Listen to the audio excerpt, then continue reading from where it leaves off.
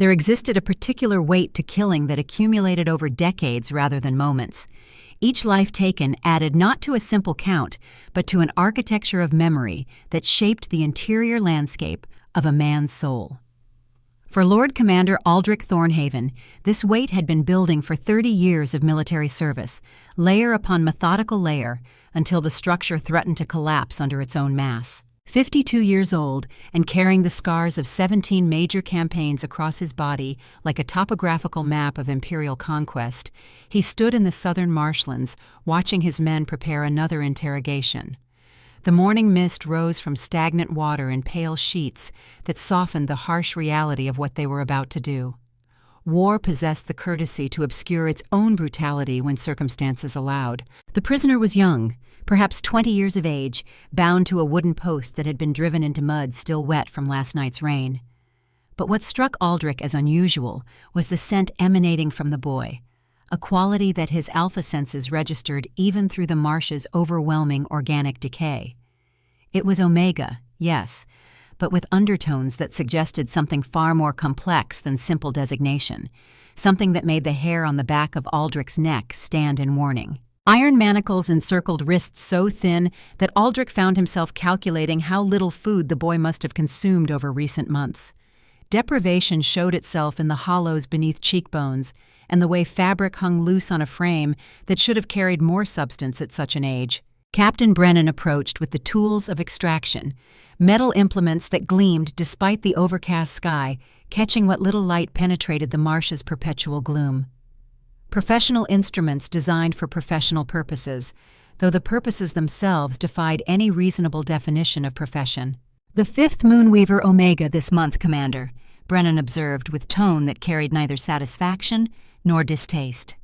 30 years of service had worn emotional inflection from his voice the way water wore stone, leaving only functional communication that honored operational necessity over human consideration. "Intelligence suggests this one comes from the Silver Moon bloodline. The sensors detected unusually strong magical signature before we captured him. Moonweaver Omega." The designation carried implications that transcended simple biological hierarchy. In the Empire's carefully structured society, alphas held positions of authority and power, betas formed the productive middle classes, and omegas served essential but subordinate roles. But Moonweaver bloodlines operated according to different rules, their magic allowing even omegas to wield power that could challenge alpha dominance. That capacity for disruption was precisely why the Empire had spent 2 centuries attempting to eliminate them. Aldric nodded acknowledgement, while his right hand moved unconsciously to his chest. The gesture had become habitual over recent months, fingers pressing against the location where pain had begun manifesting with increasing frequency. A tightness that started as occasional discomfort and progressed to moments of genuine alarm when breath came short and the world tilted at unexpected angles. He had attributed these episodes to age. 52 years represented significant mileage for an alpha soldier who had spent 3 decades in active combat operations. The body accumulated damage that medical science could address only partially, leaving residual effects that compounded over time into chronic conditions requiring management rather than cure. But this pain felt different. It originated from deeper within his chest than muscle strain or bruised ribs, as though something fundamental to his continued operation had begun malfunctioning at a level that transcended ordinary physical injury. "Proceed," Aldric commanded, forcing his attention back to present circumstances. The young prisoner's eyes tracked movement with the hyper-awareness of Omega instincts, sensing alpha threat. Fear manifested in the rapid rise and fall of his chest, in the way his fingers curled into fists despite the iron binding them, in the almost imperceptible trembling that ran through his frame like electrical current. But beneath the fear, Aldric detected something else, a defiance that no Omega should possess when confronted by alpha authority, especially not when that authority held the power of life and death. Brennan positioned himself with the efficiency of long practice. The first question emerged in tones calculated to communicate inevitability rather than anger. Information would be extracted whether cooperation occurred or resistance prevailed. The outcome remained fixed while only the method of arrival varied based on the prisoner's choices. No answer came. The second question followed with identical tone and identical result. When the third question received the same silence, Brennan glanced toward Aldrich for confirmation to escalate. The commander nodded once, a small movement that carried enormous weight in its authorization of suffering. The implementation of pain began with professional restraint. Brennan understood that excessive force early in the process often proved counterproductive, creating trauma responses that rendered subjects incapable of coherent communication. Better to apply pressure incrementally, allowing the prisoner's imagination to amplify each stage into anticipation of worse torments ahead. Aldrich watched with the detachment that 3 decades had cultivated. He had learned to separate the necessity of intelligence gathering from the methods required for its acquisition. Empire demanded information.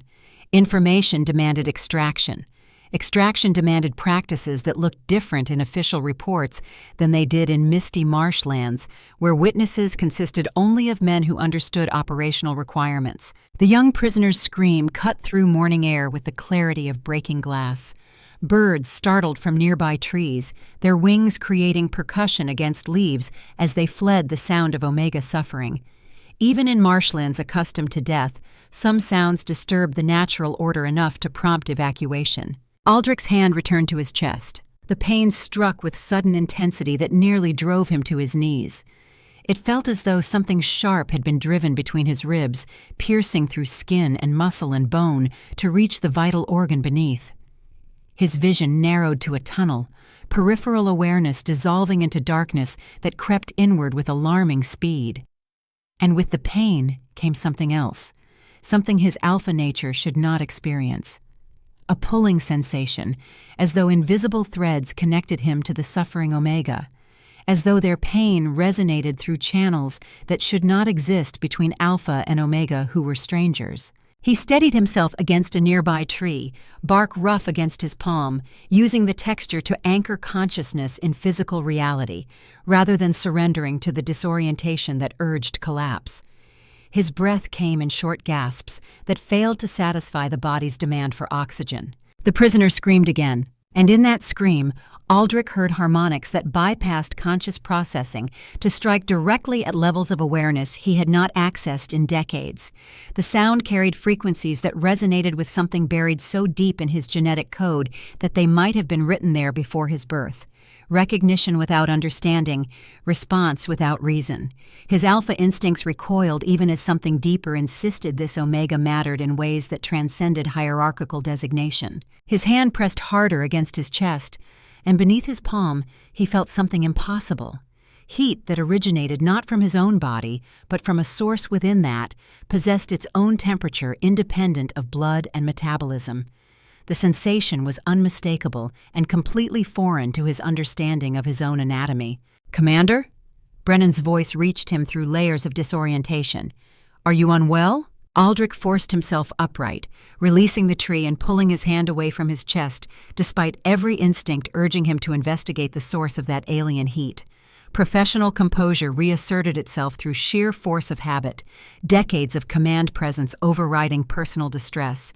"Continue," he managed, though the word emerged with roughness that suggested strain. But Brennan had paused the interrogation, his attention divided between duty and concern for a superior officer who appeared to be experiencing some form of medical crisis.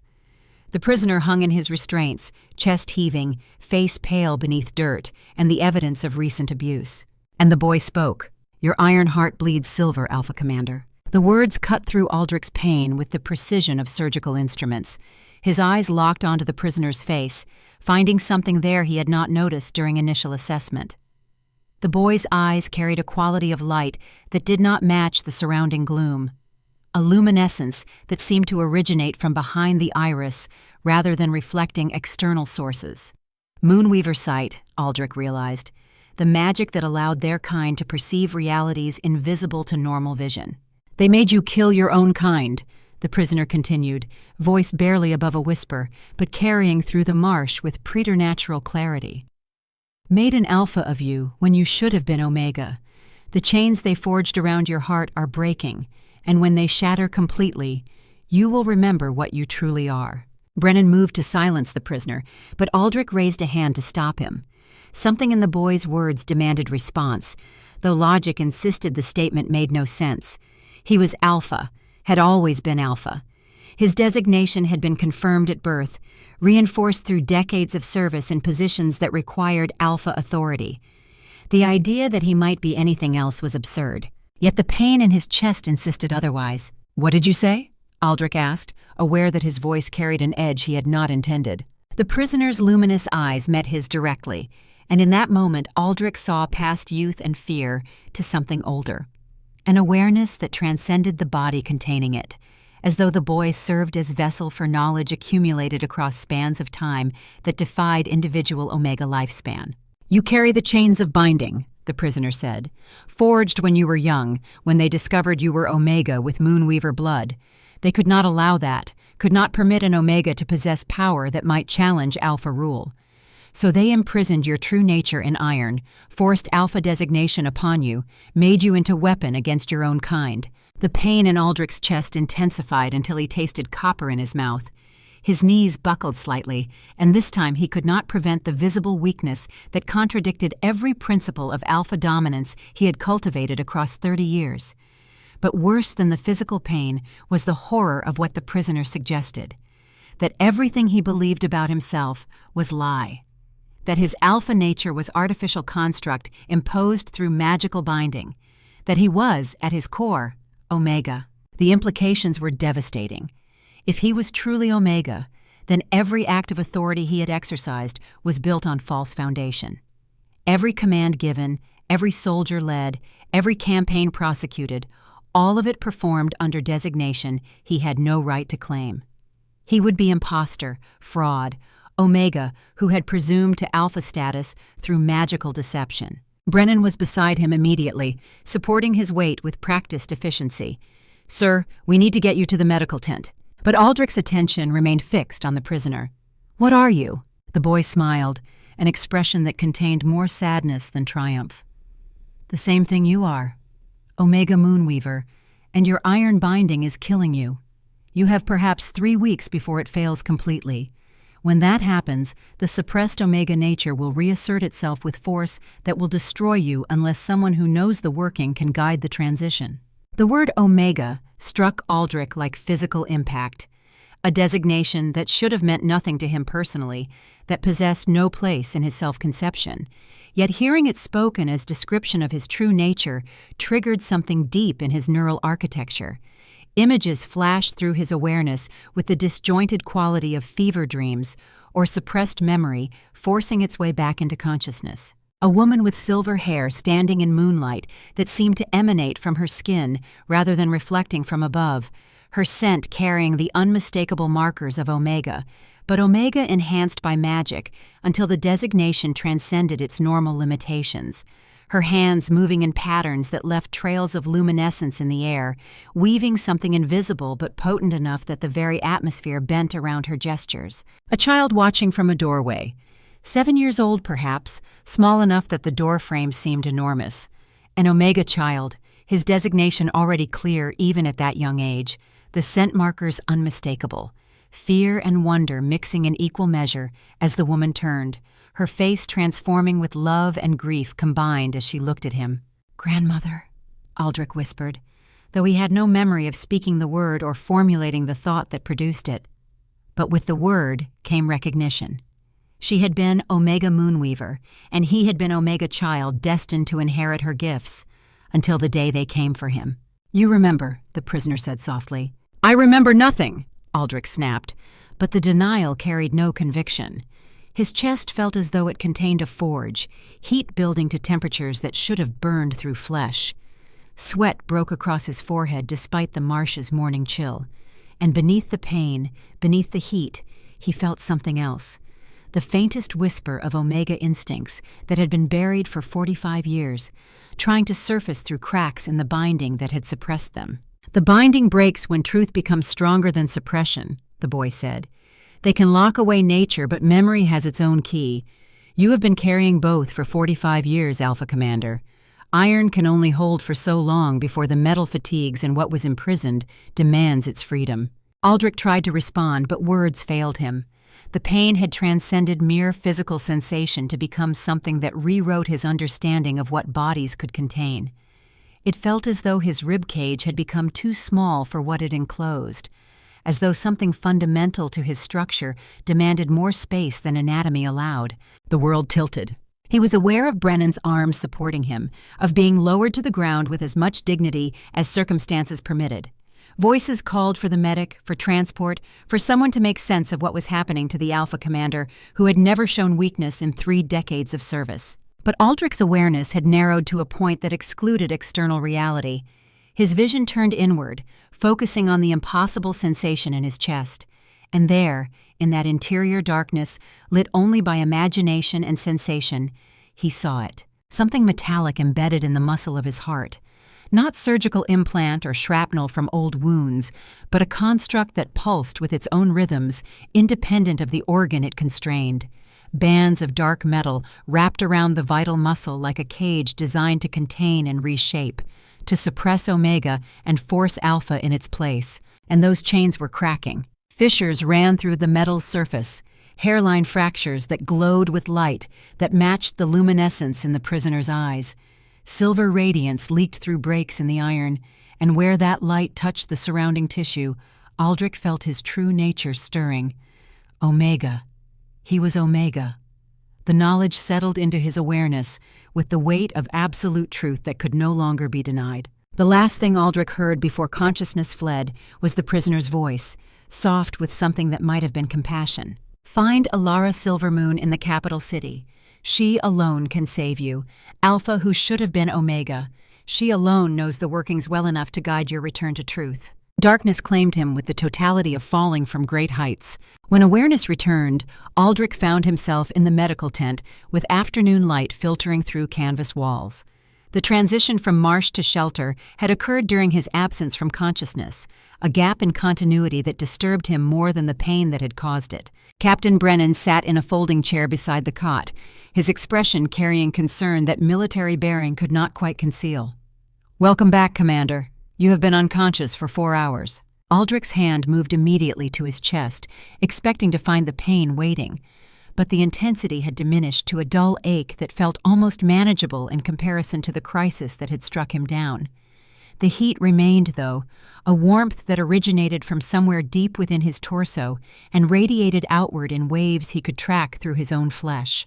"The medic says your heart is working within acceptable parameters," Brennan continued. "No evidence of the attack we all witnessed. He recommends rest and evaluation once we return to the capital." Acceptable parameters. The phrase captured the inadequacy of conventional medical assessment when confronted with phenomena that transcended standard diagnostic categories. How could instruments measure something that existed in the space between biological designation and magical manipulation? "The prisoner," Aldrich said, his voice rough from disuse and whatever trauma had manifested in his throat during unconsciousness. "Where is he?" Brennan's expression shifted into something careful. "Dead, sir. He expired approximately 30 minutes after you collapsed. The medic believes his injuries proved more severe than initially assessed." The news struck Aldrich with unexpected force. The boy had been enemy, obstacle, source of intelligence necessary for operational success. His death served Imperial purposes by eliminating a Moonweaver who might have posed future threat. Yet Aldrich experienced genuine grief, as though he had lost something precious. And with the grief came understanding. The connection he had felt to the suffering Omega had not been imagination or side effect of his medical crisis. It had been real, a recognition between 2 Omega Moonweavers, even though Aldrich's nature had been bound and hidden for 45 years. "Did he say anything else?" The question emerged before conscious thought could evaluate its wisdom. Brennan considered his response with the care of a man navigating diplomatic waters. He spoke of a woman in the capital, Elara Silvermoon, he called her, said she operates a tavern called the Fading Star. He claimed she could help you, though he did not specify with what condition. The Fading Star. The name resonated through Aldrich's awareness with the force of recognition. He knew that tavern, had been frequenting it for 20 years during his various postings to the capital. The proprietor was a woman of perhaps 45 years, dark-haired and quiet, who served drinks with professional efficiency and asked no questions about why decorated Alpha Commander chose her establishment over more prestigious venues. Elara. He had never known her family name, had never inquired beyond the casual familiarity that developed between regular customer and consistent service provider. But now, lying in a medical tent with the knowledge that his alpha nature was artificial construct and his true Omega self was breaking free from magical suppression, he wondered what else he had failed to notice about the woman who had served him drinks for 2 decades. "We return to Argentum immediately," Aldric said, making the decision even as uncertainty gnawed at its foundations. "I need access to specialists who can determine what is happening to me." "The journey will take 12 days at standard march pace," Brennan observed. "Given your condition, perhaps we should request faster transport. The Imperial Courier Service maintains staging posts along the route." 12 days. The prisoner had said 3 weeks before the binding failed completely. That left 9 days to find Elara Silvermoon and discover whether she truly possessed knowledge that could save him. 9 days to determine if he could bear the truth about what he was and what that meant for everything he had built across 5 decades of life. "Standard pace is acceptable," Aldric said, "but send courier ahead. I want message delivered to the fading star before we arrive." "What message, sir?" Aldric considered carefully. He could not risk revealing too much in written communication that might be intercepted and read by those who would use such knowledge against him. But he needed to communicate enough that Elara would understand the urgency and prepare for what he would ask of her. "Tell her that an old customer is returning to the capital and hopes to discuss matters of mutual interest regarding family history and inherited conditions. Tell her the matter is urgent and discretion is essential. Sign it simply A.T. She will know who it is from." Brennan nodded and departed to arrange the courier. Alone in the medical tent, Aldric allowed himself to truly feel the fear he had been suppressing. If the prisoner had spoken truth, if he was indeed Omega with Moonweaver blood, then the life he had constructed was built on foundation of magical deception. Every relationship, every achievement, every moment of pride in his alpha status and authority, all of it was lie. Worse, if the binding failed and his Omega nature reasserted itself, he would lose not just his identity, but his position. The Empire did not permit Omegas to hold command positions. His rank would be stripped, his authority revoked, his legacy destroyed. He would go from Lord Commander respected by thousands to Omega suitable only for subordinate roles that honored biological hierarchy. Unless he could find a way to maintain the binding, to repair what was breaking and preserve the alpha designation that had been imposed but which he had lived as truth for 45 years. Perhaps Elara could do that. Perhaps her knowledge of the workings could be used not to remove the binding, but to strengthen it, to ensure that his Omega nature remained suppressed and his alpha facade continued intact. But even as he formed the thought, something within him recoiled. The heat in his chest flared in response to the idea of voluntary suppression, as though his true nature recognized the threat and rejected it. For the first time in his life, Aldric felt the conflict between biological designation and lived identity not as abstract concept, but as war being waged within his own flesh. He was Alpha because magic had made him Alpha, but he was Omega because biology had determined his nature before any intervention could reshape it. The question was, which truth mattered more? The truth of 45 years lived as Alpha, or the truth of genetic code that marked him Omega regardless of magical manipulation? The journey north took 12 days of hard riding. Aldric pushed the pace harder than his officers recommended, driven by urgency that had no clear rationale, but demanded satisfaction nonetheless. The heat in his chest remained constant companion, sometimes subsiding to barely noticeable warmth, other times flaring to intensities that forced him to pause and steady himself against whatever solid object stood within reach. And with each passing day, he became more aware of changes in how he perceived the world. His sense of smell, which had always been keen due to his alpha enhancement, was shifting. Scents that had registered as simple categories before now carried layers of information he had never noticed. He could detect emotional states in the soldiers around him through pheromone markers, could identify individual pack bonds and hierarchical tensions through the complex chemistry of group dynamics. But most disturbing was how he responded to other alphas now. Where before he had felt natural affinity with those of his own designation, comfortable dominance hierarchies establishing themselves automatically, now he felt unease. When senior alphas approached to discuss logistics or strategy, Aldric found himself fighting instincts that urged submission. Not rational assessment of rank and authority, but biological imperative that insisted he should defer to stronger alphas in ways he never had before. His Omega nature was emerging. The binding's failure was not just removing suppression, but actively transforming how his body and mind operated. And he had only days remaining before the change became too obvious to conceal. They reached Argentum on an evening when twin moons hung in the sky like paired lanterns. The city sprawled across 7 hills, its architecture reflecting 2 centuries of imperial prosperity. Marble and granite constructed into monuments to permanence, as though the builders believed stone could outlast the political forces that commissioned its arrangement. Aldric dismissed his men to their quarters and made his way through streets that carried the peculiar energy of capital cities after dark. Commerce continued in certain districts, while others settled into residential quiet. The division between work and rest, between public and private, manifested in the geography of urban planning. His feet carried him toward the fading star, through the merchant quarter where vendors were closing shutters and counting the day's profits, past the temple district where the religious devout performed evening rituals to deities whose names Aldric could recite, but whose significance remained abstract concept rather than lived faith, to a neighborhood where establishments catered to those seeking escape from daily burdens through alcohol and atmosphere, where the fading star occupied a corner lot, its sign depicting a silver star losing luminosity at its edges. He pushed through the door into warmth and lamplight. The interior maintained consistency across 2 decades, wooden tables and chairs arranged with casual efficiency, a bar constructed from dark wood that showed the marks of long use. Perhaps 30 patrons occupied the space, their conversations creating backdrop of human sound that felt comforting rather than intrusive. And behind the bar, as she had been for all the years Aldric had frequented this establishment, stood Elara Wintermere. But now, with his Omega senses beginning to emerge through the binding's cracks, Aldric perceived what 20 years of suppressed awareness had hidden. Elara was Omega.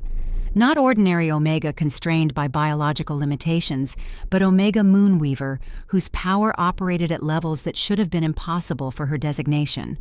Her scent carried markers that made his emerging Omega instincts respond with recognition, and something that felt almost like longing. She was what he should have been, what he would become if the binding failed completely. Elara saw him enter, and her eyes widened fractionally, a response so subtle that normal observation might have missed it.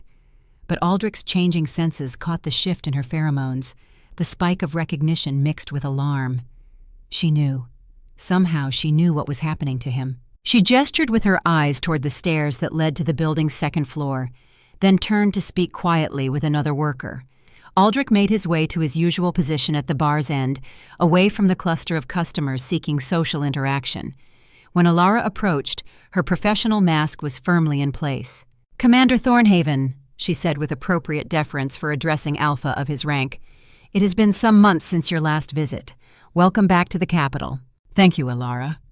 He kept his voice neutral, aware that others in the tavern might overhear. "I received your response to my message. You indicated you might have time this evening to discuss those family matters I mentioned." "Of course, Commander. If you will follow me upstairs, we can speak more privately about your inherited condition." The words carried double meaning that anyone listening would interpret as consultation about medical or genealogical concerns. Aldric followed her through a door beside the bar and up narrow stairs to the building's 2nd floor. With each step, his heart rate increased. Not from exertion, but from anticipation mixed with fear. In moments, he would learn whether the dying Omega prisoner had spoken truth, or whether this was an elaborate mistake that would leave him without answers. Elara's living quarters occupied the space above the tavern, a modest arrangement that reflected her circumstances as business owner who maintained simple lifestyle. But what drew Aldric's attention immediately was the wall opposite the windows. Someone had painted an elaborate mural across the entire surface, depicting landscape that existed nowhere in the Empire's current geography. Trees that grew to impossible heights supported canopies so dense they blocked the sky. Flowers bloomed in colors that seemed to generate their own light. "The Silver Groves," Elara said, closing the door and activating what Aldric's emerging senses recognized as privacy ward that would prevent sound from carrying beyond the room. "Moonweaver homeland before the Purge Wars. I was born there, Commander, a very long time ago." Aldric turned to face her fully, and in the private space with wards ensuring their conversation could not be overheard, he saw her transform. The careful deference dropped away, revealing confidence and power that no Omega should possess according to Imperial hierarchy. But she was not bound by those limitations. She was Moonweaver Omega, who had lived long enough to accumulate strength that transcended designation. "The prisoner said you could help me," Aldric said, "that you knew about bindings and how to manage their failure." "I received your courier's message," Elara replied, "and I have been expecting someone like you for many years, though I confess I did not anticipate it would be Lord Commander Aldric Thornhaven. You have been coming to my tavern for 2 decades, and in all that time I sensed something unusual about your scent, as though your alpha markers were layered over something else, but the suppression was so complete I thought perhaps I was imagining it." "I am Omega," Aldric said, making himself speak the words aloud for the first time. "My true designation was bound when I was 7 years old and replaced with artificial alpha nature. The binding is failing. I have days at most before it breaks completely." Elara studied him with attention that felt almost invasive, as though she could see through flesh to perceive the iron construct around his heart. "May I?" she asked, raising her hand in request for permission to touch. Aldric nodded, and Elara stepped forward to place her palm against his chest. The sensation that radiated from her touch was unlike anything his nervous system had been designed to interpret. Cool and warm simultaneously, pressure that seemed to penetrate through skin and muscle to reach deeper structures. "Military-grade binding," she whispered, her voice carrying shock.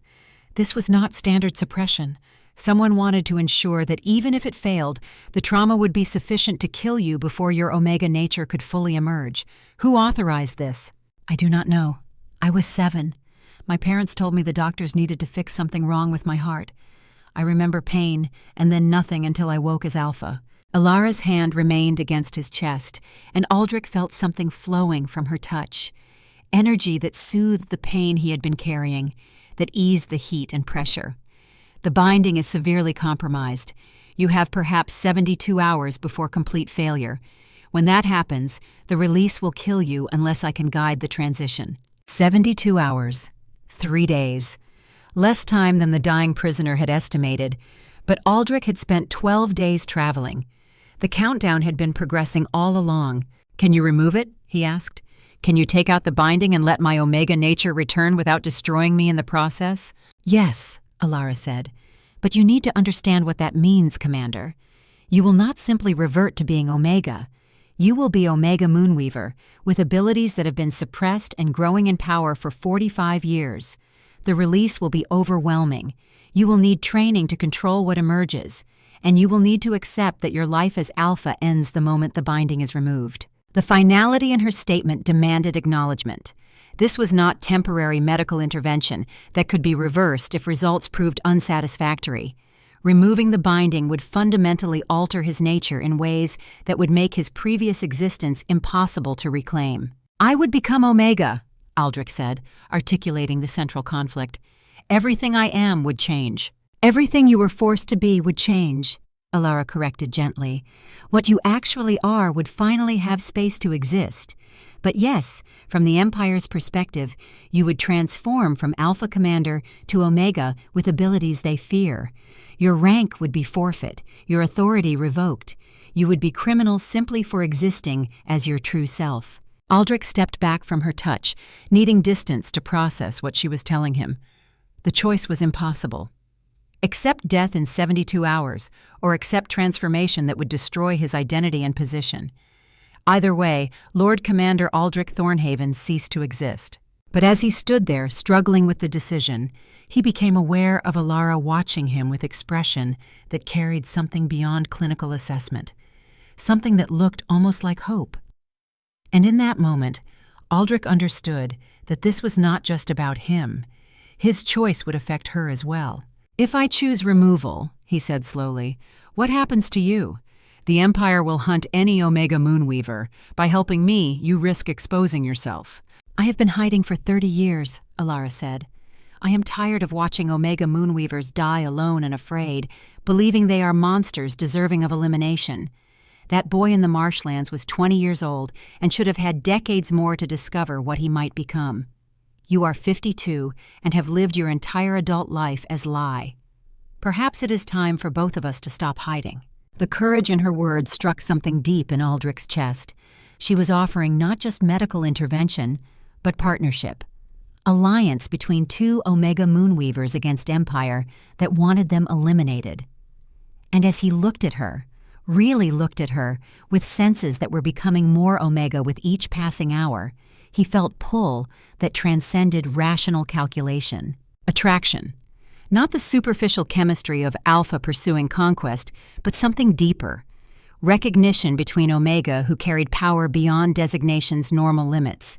The possibility of connection that operated according to different rules than hierarchical society permitted. "How long would the removal take?" he asked. "Several hours. And you would need to remain here afterward for days at minimum while you learn to manage your emerging abilities. The transformation is not instantaneous event, but process that unfolds over time." Days in hiding with Elara, days of learning from her, of discovering what it meant to be Omega Moonweaver, days of potentially exploring the connection he felt developing between them. The prospect was terrifying and strangely compelling simultaneously. "I need time to think," Aldric said. "This is not a decision I can make lightly." "You have 72 hours, Elara reminded him. "Less now, perhaps 68. Use them wisely, Commander." She walked him to the door, their hands brushing as he passed. The contact sent current through his nervous system that had nothing to do with magic and everything to do with emerging Omega awareness of compatible presence. Elara felt it too. He could tell by the way her breath caught and her pupils dilated slightly. "Come back tomorrow," she said softly. "Whether you choose removal or not, you should not be alone during your final hours as Alpha." Aldric descended the stairs and left the fading star, stepping into night air that felt charged with possibility. The twin moons hung overhead, their light painting silver patterns across cobblestones, and in his chest, the iron binding continued its countdown toward failure. He had 68 hours to decide whether to die as Alpha or live as Omega. 68 hours to determine if he could bear the truth about what he was and what that meant for everything he had believed about himself. But as he walked through Argentum's streets back toward his quarters, Aldric found his thoughts returning not to the impossible choice, but to Elara, to the way her presence had made his emerging Omega nature feel less like curse and more like homecoming, to the possibility that transformation might mean not just loss, but discovery of something he had been missing his entire life. Tomorrow he would return to the fading star. Tomorrow he would make his choice. And whatever he decided, his life as Alpha Commander was ending. The question was, what would begin in its place? Morning came to Argentum with reluctance, as though dawn itself understood the weight of decisions that daylight would demand. Aldric woke in his quarters within the Legion compound, the familiar surroundings offering no comfort against the transformation occurring within his body. 60 hours remained before the binding's complete failure. 60 hours to choose between death as Alpha or life as Omega. He rose from bed with movements that felt increasingly foreign, as though his body belonged to someone else, and he simply inhabited it temporarily.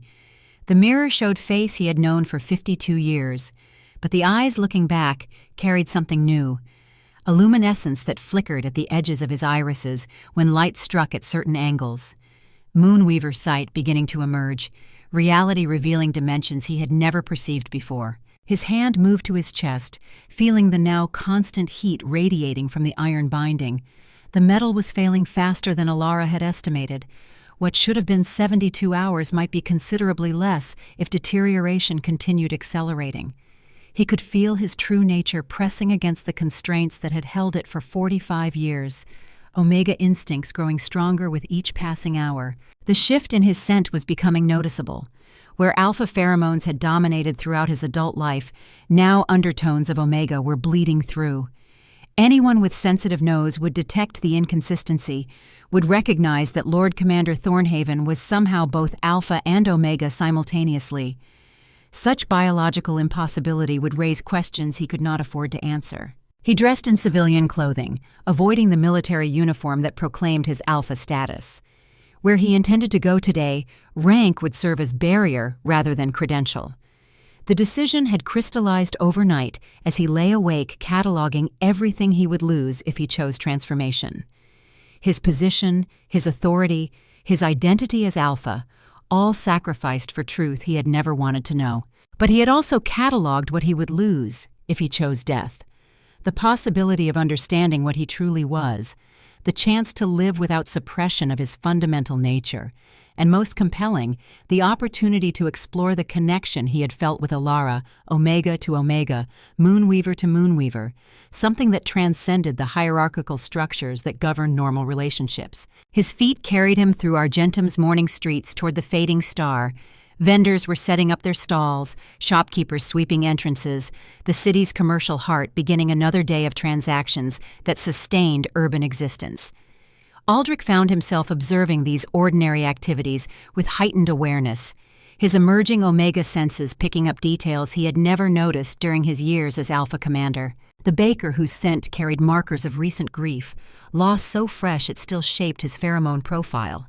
The flower merchant whose pregnancy was not yet visible, but whose chemistry broadcast the changes occurring in her body. The child walking to school who showed early signs of alpha emergence, dominance behaviors already manifesting despite young age. Aldric could read them all now, could perceive the emotional and biological realities they carried through the chemical language of scent.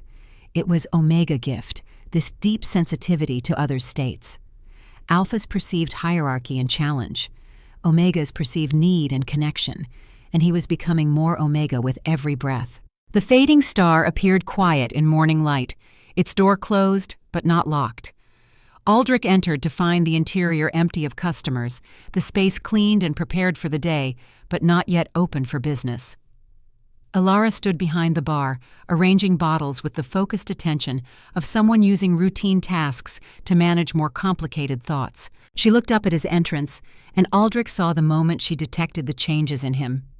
Her expression shifted from professional neutrality to something more personal, concern mixing with what might have been sadness. "You have perhaps 50 hours now," she said without preamble.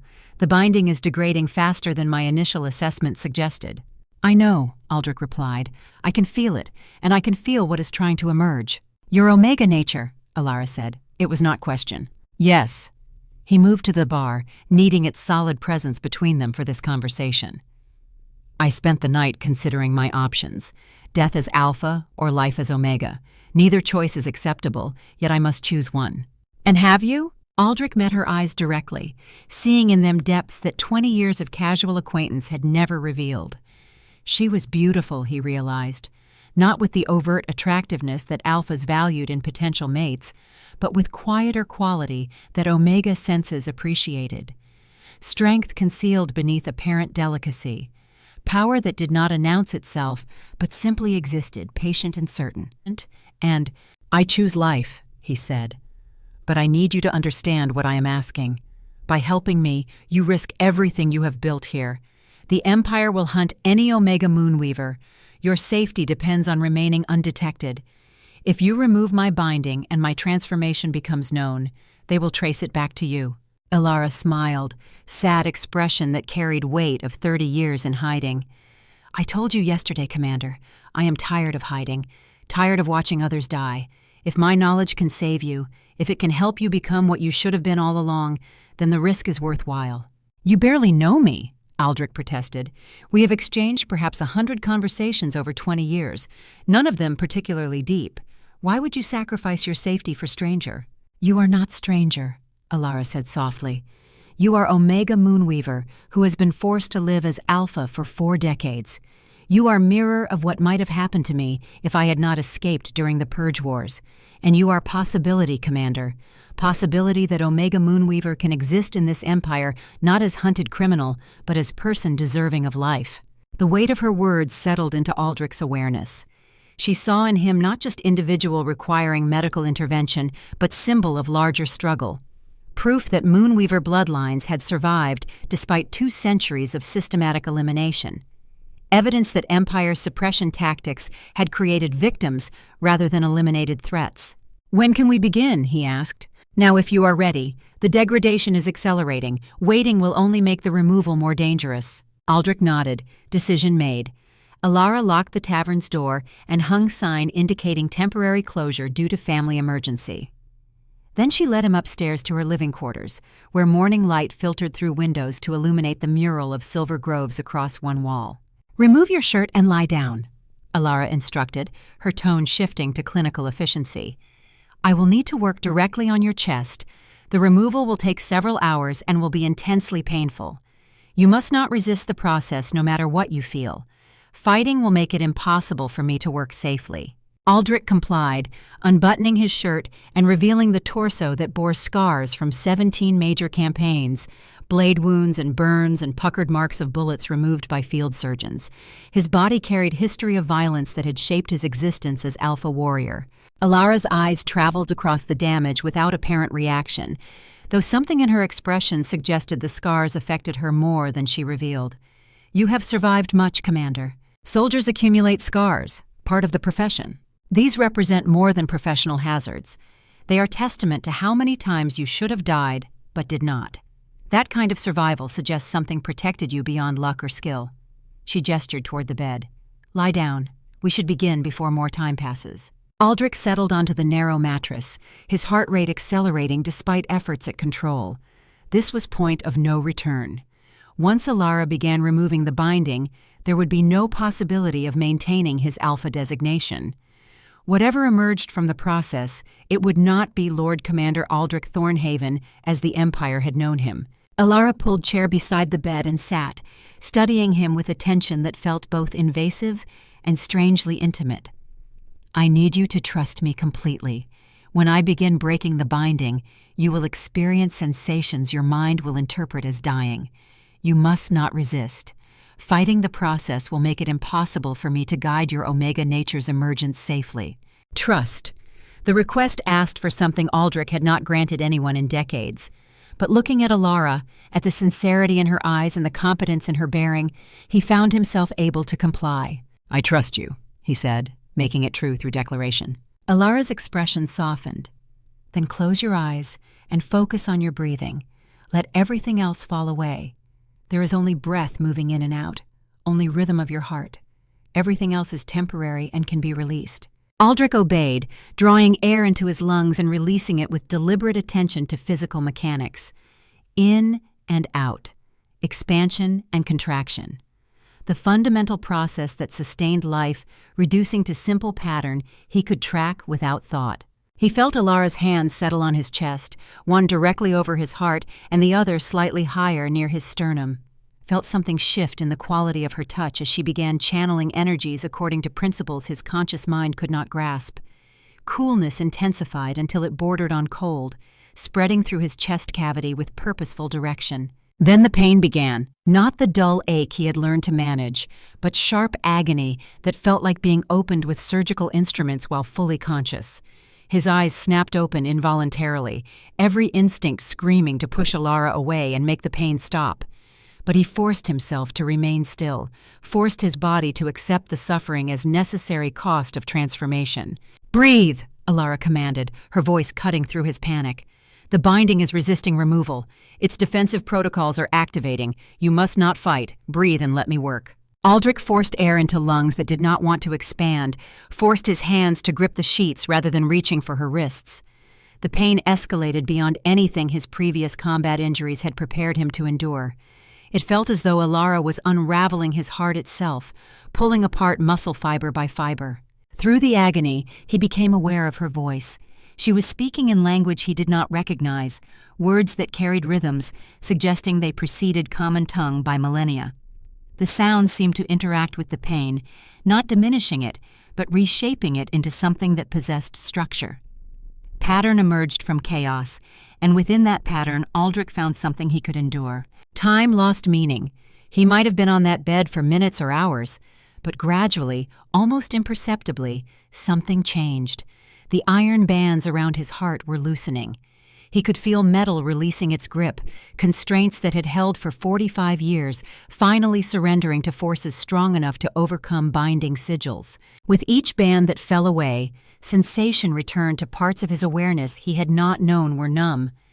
It was like recovering feeling in limb that had gone completely asleep. Pins and needles sensation amplified to encompass his entire chest. And with returning sensation came power. But this was not alpha power. This was something fundamentally different. It rose from depths that felt intimate rather than dominant, from reservoirs that responded to connection rather than hierarchy. Omega power. The strength that came from understanding others, from perceiving needs, and responding with precision that created bonds rather than enforcing submission. His awareness expanded beyond confines of his body, perceiving the room through senses that operated on spectrums invisible to normal vision. He could feel life force of tree growing outside building, its slow, patient existence so different from human temporality. Could sense movement of wind currents around structure. Could perceive Elara's own power, bright, steady flame compared to his untrained surge. But most overwhelming was his awareness of Elara herself, not just her power but her emotional state, her concern for him mixing with satisfaction at successfully removing each binding component. He could feel her exhaustion from channeling energy for hours, could sense her hope that this would work, that he would survive transformation to become fully himself. The connection between them was profound and terrifying. This was what Omega could experience with compatible partner, this depth of mutual awareness that transcended words. And Aldrich realized with shock that somewhere during the long hours of removal, during the trust he had placed in Elara and the care she had shown for his survival, something had begun growing between them, something that felt like the beginning of bond. The last iron band broke with sensation like thunder contained within his chest. Power that had been compressed for 45 years erupted into freedom, flooding through channels too small to contain its volume. Aldrich's back arched involuntarily as his body tried to accommodate energies that exceeded its developed capacity. His Omega nature, suppressed since childhood, surged forward with force that threatened to overwhelm his consciousness entirely. "Hold on," Elara said urgently. "You are experiencing unrestricted power for first time. Your channels are opening, but they are not developed enough for full flow. I need to regulate release, or you will burn yourself out." Her hands moved in patterns above his chest, not touching, but influencing. Aldrich felt wild surge responding to her guidance, being directed into specific pathways rather than flooding everywhere simultaneously. The sensation was overwhelming and strangely pleasurable, as though every nerve ending had become capable of experiencing joy. But beneath the pleasure was recognition that this was what he should have felt his entire life. This was his true nature, finally able to express itself. Gradually, intensity diminished to levels he could process without complete overwhelm. His breathing steadied, his awareness contracted back to more manageable scope, and when he opened his eyes, the world had transformed. Colors possessed depths they had never shown before. Morning light through windows carried information about air quality and atmospheric conditions that his vision could now interpret. Sounds of city outside had acquired layers, individual conversations separating from general noise into distinct streams he could follow if he chose. But most startling was Elara herself. She appeared simultaneously as the 45-year-old woman he had known for 20 years and as something else. Being of condensed light, her form containing energies that created visible aura extending several inches from her physical boundaries. The aura pulsed with colors that shifted as her emotional state changed, visual representation of interior experience made external. "You can see it," she said, observing his expression. "You are perceiving first level of Moonweaver sight. With practice, you will learn to interpret what colors and patterns mean." Aldrich sat up slowly, his body feeling simultaneously lighter and heavier than before. The scars across his torso had not changed, but the pain that had been his constant companion for weeks had vanished completely. His heart beat with strong, steady rhythm, no longer constrained by iron that had limited its function for 45 years. "How do you feel?" Elara asked, and Aldrich heard genuine concern in her voice. "Alive," he said, and the word carried more weight than simple confirmation of continued existence. "For first time in my life, I feel completely alive." But with that aliveness came awareness of what he had lost. His alpha nature was gone, dissolved by the binding's removal. The dominance that had shaped his interactions for 5 decades no longer existed. In its place was Omega awareness that prioritized different values, sought different connections, operated according to completely different principles than alpha hierarchy. He was Omega now, fully and permanently. And looking at Elara, feeling the connection that had grown between them during the transformation, Aldrich realized that Omega nature did not feel like loss. It felt like coming home. "What happens now?" he asked. "Now you rest while your body adjusts to operating without suppression. The channels that carry your power need time to stabilize. You will experience fluctuations in your abilities for several days." Elara paused, her expression becoming more serious. "And we need to discuss what comes next. Your transformation will have created signature that Imperial sensors may have detected. If the Obsidian Council investigates, they will eventually trace it here." The reminder of external reality intruded on the intimate space they had created during the transformation. Aldrich was no longer Lord Commander, who could command resources and protection. He was Omega Moonweaver, marked for elimination by the same empire he had served for 30 years. "How long do we have?" he asked. "Hours at most before they begin investigating, days before they narrow the search to this location. We should leave Argentum, find somewhere the Council's reach does not extend so easily. Leave. Abandon everything familiar to go into hiding." It was a sensible plan, rational response to genuine threat. But Aldrich found himself reluctant to flee. Not because he underestimated the danger, but because running felt like continuation of the suppression he had just escaped. Like choosing to hide his true nature rather than forcing Empire to confront its policies. "Or we could stay," he said slowly. "We could force confrontation on our terms rather than theirs." Elara stared at him. "That would be suicide. The Obsidian Council has resources we cannot match. Grand Inquisitor Mordecai has spent 15 years perfecting elimination protocols. Staying in the capital is death sentence." "Perhaps," Aldrich acknowledged. "But I spent 30 years serving Empire built on lies. I helped enforce policies that required my own suppression to exist. Running now means accepting that I will always be criminal simply for being what I am. I am tired of that, Elara. Tired of hiding and suppressing and pretending to be something I am not." "So you propose to do what? Turn yourself in and hope they show mercy?" "I propose to make them show their true nature in public view. To force questions about why Omega Moonweavers must be eliminated when we pose no actual threat. To challenge the narrative they have maintained for 2 centuries. Aldrich stood, testing his balance on legs that felt different now that Omega coordination had replaced Alpha dominance. "You said you were tired of hiding. So am I. Perhaps it is time to stop." Elara studied him with expression that mixed disbelief with something that might have been admiration. "You have been Omega for less than an hour, and already you think like one.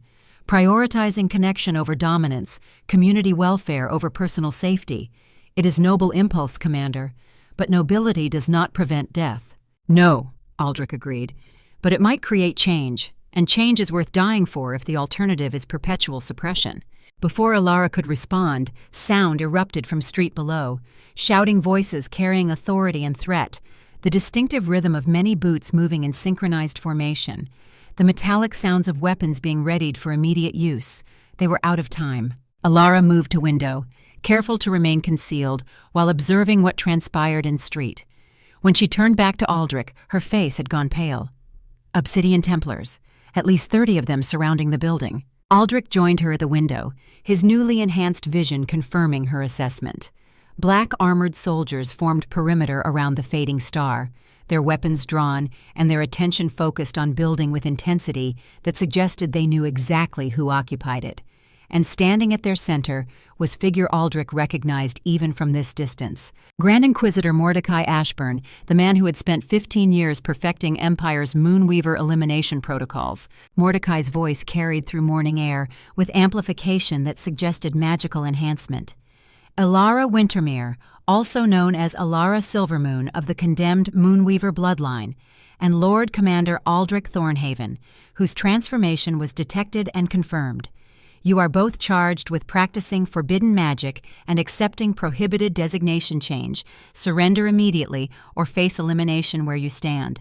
The casual way he announced Aldric's transformation sent cold clarity through the newly emerged Omega's awareness. His life as Lord Commander had ended. Empire he had served for 30 years now classified him as enemy, requiring permanent removal. Elara turned to him, her expression carrying weight of impossible choices. I can fight. Create enough distraction for you to escape through back passage.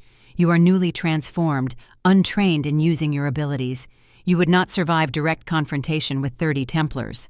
Neither would you, Aldric countered. And in that moment he understood something profound about his Omega nature. He could not leave her to face this alone. The connection that had grown between them during transformation demanded he stay, that they face consequences together rather than separated. Then we both die here, Elara said. Is that what you choose? Aldric moved to window where he could be seen from street below.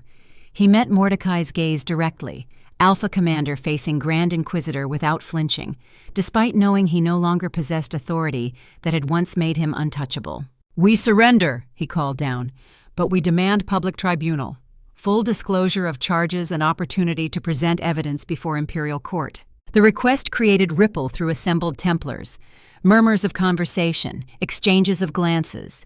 Mordecai's face registered surprise, followed quickly by calculation.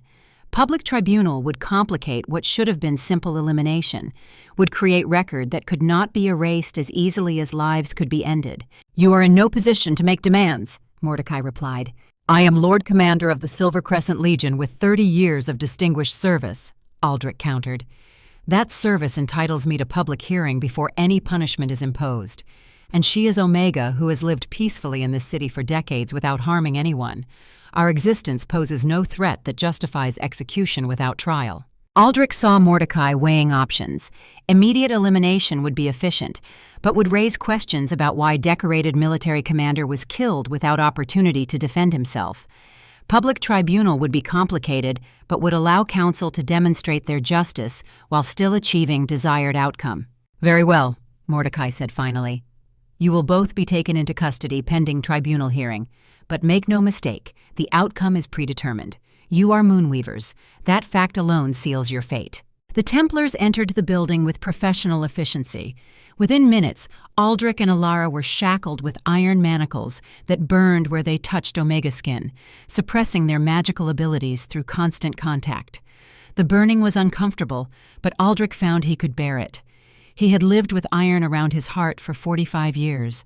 Iron around his wrists was manageable by comparison. As Templars led them toward transport wagons, Aldric's hand brushed against Elara's despite their restraints. The contact sent current through his nervous system that had nothing to do with magic and everything to do with Omega awareness of compatible presence.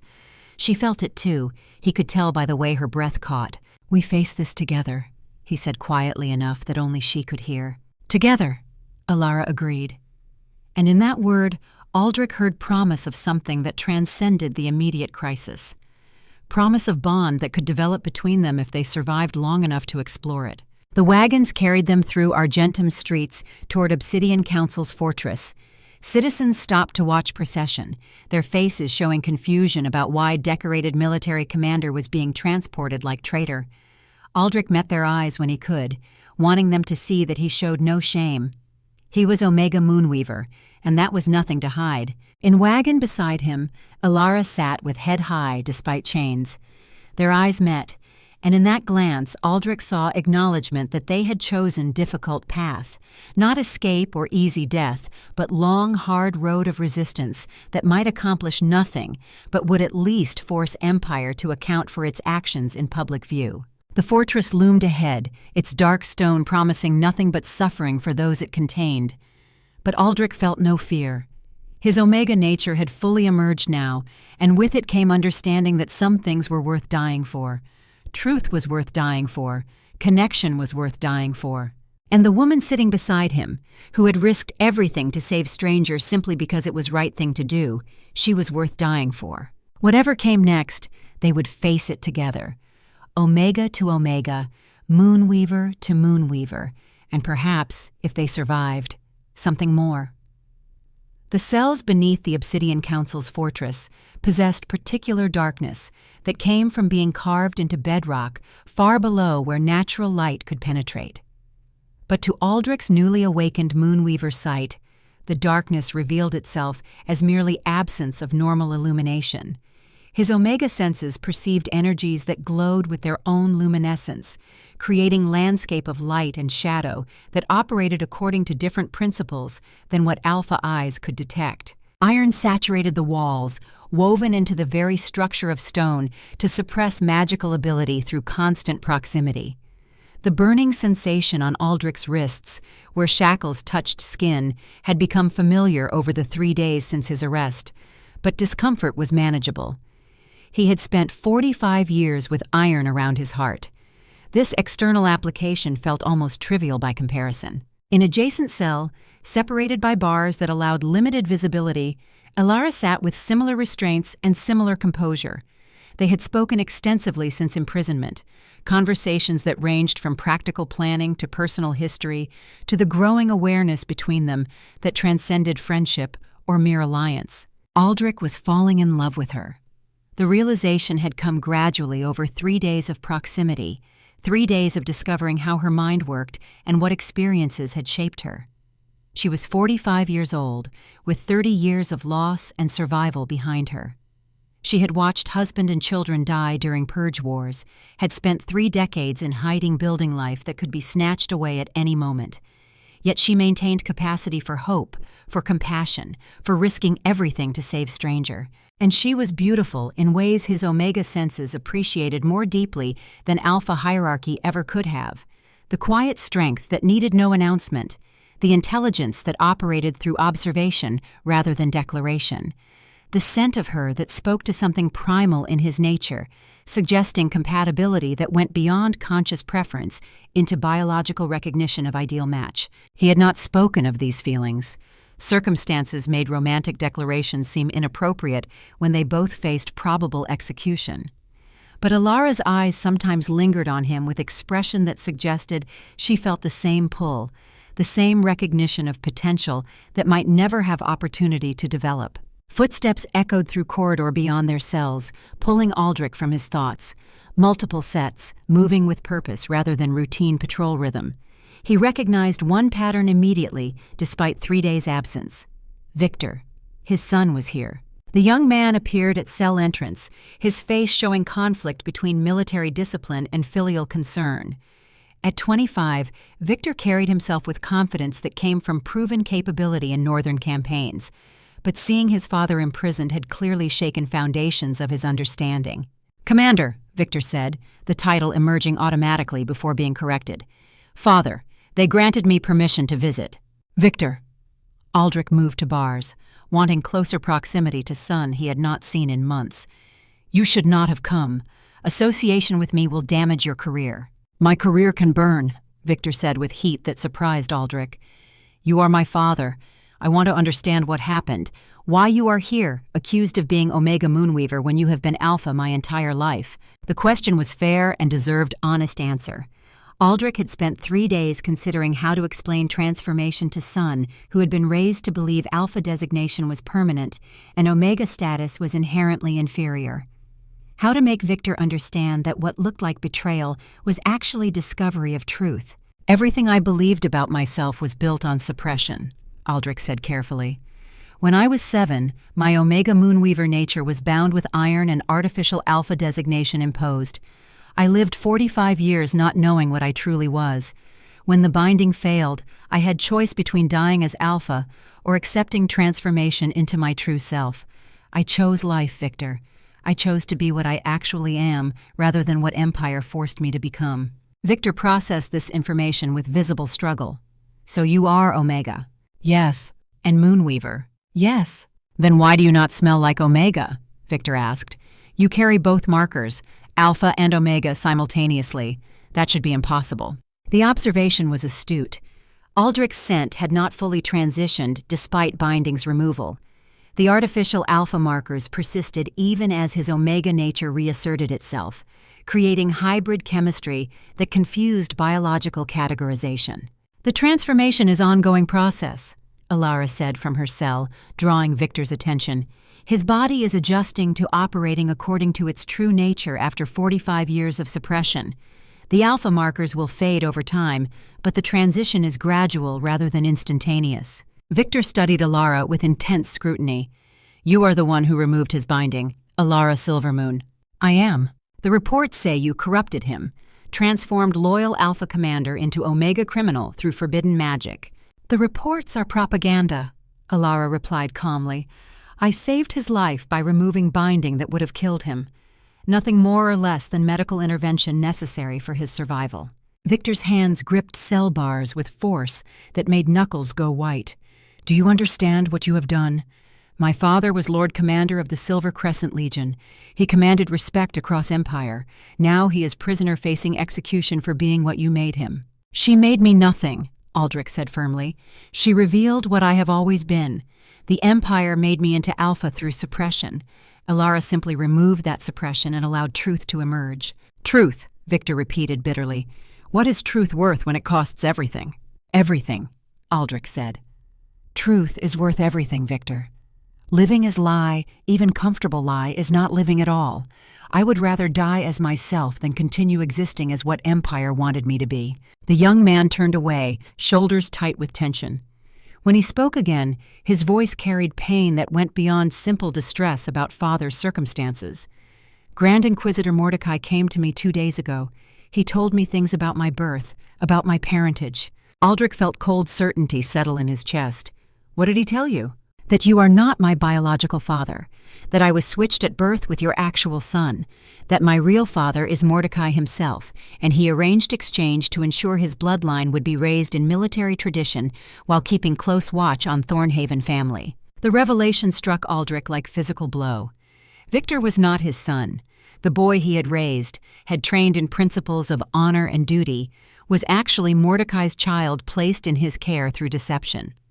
And somewhere, Aldric's actual biological son had been raised by Grand Inquisitor, with God's only knew what indoctrination. "I am sorry," Aldric said, though the words felt inadequate. "I did not know. I believed you were mine." "Did you love me any less?" Victor asked. "Knowing I was not your blood, would you have treated me differently?" "Never," Aldric said with absolute certainty. "You are my son regardless of biology. I raised you. I taught you. I am proud of the man you have become." Victor's shoulders relaxed fractionally. "Mordecai expected his revelation would turn me against you, would make me reject the man who raised me in favor of biological father I never knew. But it had opposite effect. It made me question everything Council has taught about bloodlines and designation. If love between father and son transcends biology, why cannot identity transcend designation?" Hope kindled in Aldric's chest. "What are you saying?" "I am saying I do not accept their narrative. Not about you, not about Moonweavers, not about Omega inferiority." Victor moved closer to Bars, lowering his voice. "I am saying I want to help you escape." The declaration was delivered with such certainty that for a moment Aldric could only stare. Then reality reasserted itself. "That would be treason. You would be executed alongside us." "Or we succeed and change everything," Victor countered. "I have been researching since Mordecai's visit, reading historical accounts that question official version of Purge Wars, talking to soldiers who have expressed doubts about elimination protocols. There are more who question than you might think, Father. People who wonder why Empire fears Omega Moonweavers when evidence of actual threat is remarkably thin. Doubt is not sufficient foundation for revolution," Elara observed, though her tone suggested she was intrigued by possibility rather than dismissive. "Perhaps not," Victor agreed. "But doubt combined with dramatic demonstration of Council injustice might be. If I can get you out, if we can present your case to Emperor Cassius directly rather than through Council mediation, there is chance for public trial that Council cannot control." "The Emperor is dying," Aldric said. "I saw him during our arrest. Whatever afflicts him has progressed to late stages." "Which makes timing critical," Victor said. "Cassius still has authority to override Council decisions, but his successor might not be willing to challenge Mordecai. We need to act while current Emperor lives." Aldrich exchanged glances with Elara, seeing in her expression the same mixture of hope and skepticism he felt. The plan was audacious and likely to fail, but even small chance of success was better than certain death. "How would you accomplish extraction?" Aldrich asked. "I command unit of 40 soldiers, all loyal to me personally. Many served under you during northern campaigns. They remember Lord Commander, who led with honor and protected his troops. They would follow my orders, even if those orders contradicted council directives." Victor's eyes gleamed with strategic thinking Aldrich recognized as echo of his own tactical training. "Tomorrow night, during shift change, security will be minimally staffed. I can create distraction that draws guards away from this section. You and Elara will have perhaps 10 minutes to reach servant passages that connect fortress to external city." "And once we are out?" Elara asked. "You go to ground while I arrange audience with Emperor. I will present evidence about your case, about questionable binding practices, about the broader implications of Council's elimination protocols. If I can get Cassius to order public examination of the issues, Council will be forced to defend their actions before scrutiny they have avoided for 2 centuries. It was long shot, plan with countless points of potential failure. But it was also hope, something Aldrich had not possessed since his arrest. And looking at Victor, at young man who had just learned his entire identity, was built on deception, yet still chose honor over convenience, Aldrich felt fierce pride that transcended any question of biological connection. "We accept your help," Aldrich said. "And Victor, regardless of what Mordecai told you about blood, you are my son. That truth is not changed by genetics." Victor's expression transformed with emotion that military bearing could not quite conceal. "I know, Father. And when this is over, when we have forced Empire to confront its lies, perhaps you can teach me what it means to be Omega, who refuses suppression." The next day passed with agonizing slowness. Aldrich and Elara spent hours reviewing what Victor had told them, planning for contingencies, preparing for the possibility that escape would fail and they would die in the attempt. But they also spent time talking about other things, about what they would do if they survived, about the connection growing between them, about the possibility of bond. "I have not felt this way since my husband died," Elara confessed during afternoon, when guards were distant enough to permit private conversation. "Did not think I could feel it again after 30 years. But being with you, even in these circumstances, I feel alive in ways I had forgotten were possible." "I love you," Aldrich said, finally speaking what he had been feeling for days. "I know circumstances make declarations seem inappropriately timed, but if tomorrow night goes badly, I want you to know, you saved my life and taught me what it means to be myself. You gave me gift of truth and possibility of connection. I love you for that, and for who you are." Elara's eyes glistened with tears she did not let fall.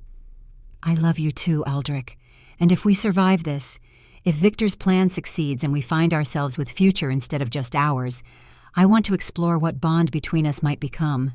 "Bond," Aldrich repeated, understanding weight of what she suggested. Omega Bond was profound connection, biological and magical partnership that transcended normal mating. It required mutual consent and deep compatibility. But once formed, it was permanent, 2 Omegas becoming something greater than either could achieve alone. "Is that what you want?" Elara asked. "Yes," Aldrich said without hesitation. "If we survive, if we find ourselves free to choose our path, I want bond with you. I want to build life where we do not hide what we are, where we can be Omega Moonweavers without fear or suppression. Together." "Together," Elara echoed, and in that word Aldrich heard promise that made tomorrow's risk worthwhile. Night came with promise of action or death in equal measure. Aldrich and Elara waited in their cells, listening for signs of Victor's distraction. When it came, it was unmistakable. Explosion from Fortress's eastern wing, not large enough to cause serious damage, but sufficient to create alarm that would draw guards from their posts.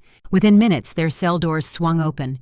Victor stood in corridor wearing expression of grim determination. "Move quickly. We have perhaps 8 minutes before someone realizes distraction was diversion." They ran through corridors Aldrich had never seen during his imprisonment, Victor leading with confidence of someone who had memorized every passage. Behind them, shouts echoed as guards discovered empty cells. Before them, freedom waited if they could reach it. The servant passages were narrow and dark, designed for staff movement invisible to Fortress's main operations. Victor guided them through turns and downstairs until finally they emerged into alley outside fortress walls. 3 horses waited, held by Soldier Aldric recognized from his own command years ago. "Commander," the soldier said simply, offering no judgment about changed circumstances. They rode through Argentum's streets with urgency that permitted no caution. Behind them, alarm bells began ringing as Fortress mobilized response to escape. Before them, Imperial Palace loomed where Emperor Cassius maintained residence separate from council control.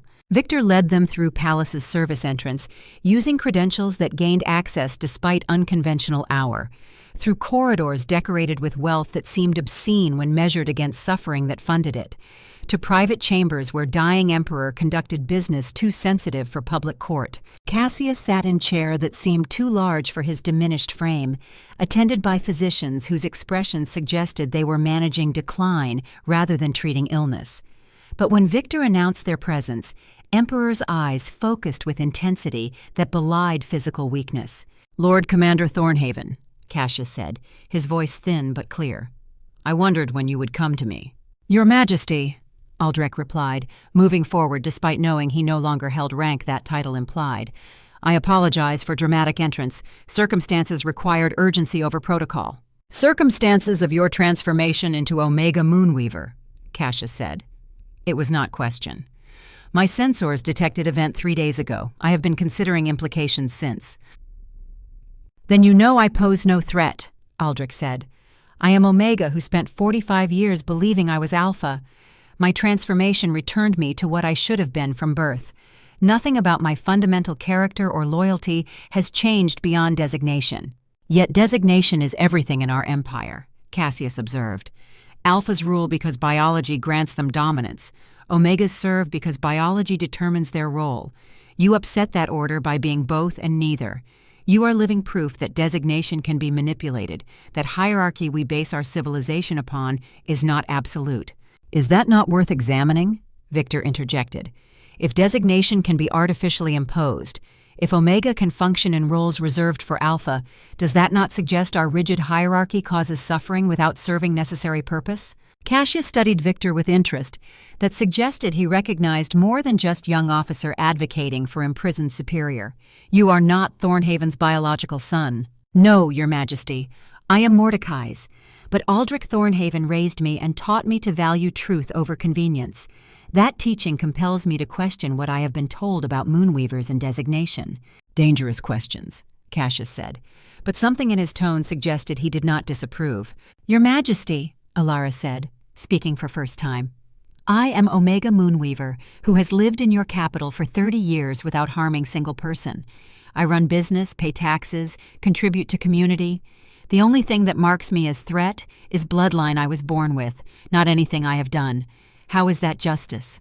Cassius was silent for a long moment.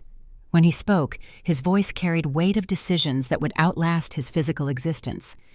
"The Obsidian Council believes I am too weak to challenge their authority, that my illness has made me compliant with their recommendations, but I am still Emperor, and I have authority they cannot override while I live." He gestured to scribe waiting in corner of room. "Record this as Imperial Decree.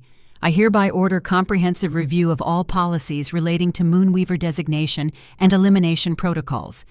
Review will be conducted by panel consisting of council members, independent scholars, and military historians. Their findings will be made available to public within 6 months. During review period, all elimination operations are suspended pending policy revision." The decree was revolutionary. Cassius had just frozen Council's ability to hunt Moonweavers and ordered examination of practices they had maintained without scrutiny for 2 centuries. Mordecai would be furious, but as long as Emperor lived, decree could not be countermanded.